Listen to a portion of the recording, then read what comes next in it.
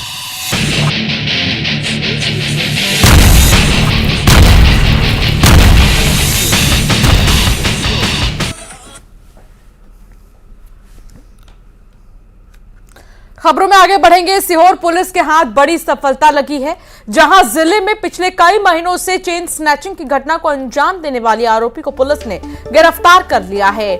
आरोपी का नाम अमन शर्मा है, जो कि महज 19 साल का बताया जा रहा है। पुलिस के मुताबिक आरोपी अमन अपने महंगे शौक को पूरा करने के लिए अपराध की दुनिया में कदम रखा। अमन ने आधा दर्जन से ज्यादा वारदातों को कबूला है। पुलिस को अमन के पास से एक सोने की चेन भी मिली है।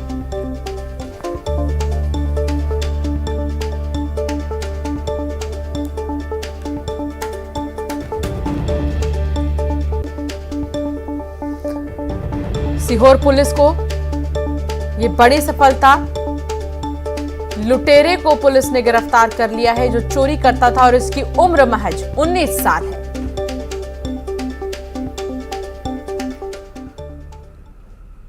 शाहजहांपुर में अनूठी परंपरा के मुताबिक बीती रात कंस वधोत्सव का आयोजन किया गया, जिसमें कृष्ण की सेना द्वारा कंस के पुतले का वध किया गया। शाहजहांपुर में पिछले 270 सालों से कंस वध का यह आयोजन होते आ रहा है, जहां कंस वध से पहले कृष्ण और कंस की राक्षस सेना के बीच जमकर वाक युद्ध हुआ और इसमें भी चुनावों का असर दिखाई दिया।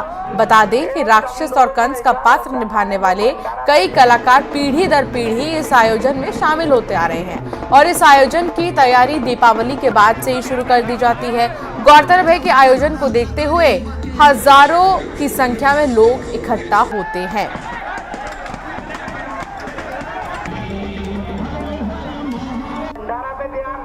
दो 270 साल से चली आ रही परंपरा को आज भी धूमधाम से मनाया जाता है और अनोखी परंपरा कंस का ये वधोत्सव, जहां कंस की सेना और कृष्ण की सेना आपस में एक नाटकीय अंदाज में लड़ते झगड़ते दिखाई देते हैं और युद्ध करते दिखाई देते हैं और ये वध बाद में किया जाता है कंस का, जिसके बाद खुशी में सब झूम उठते हैं।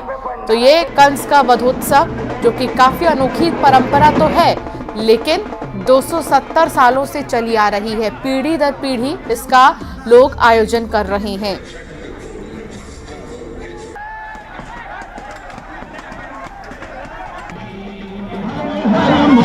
भंडारा पे ध्यान, एक दम दो वैसा रोटा खाने पे भंडारा पे।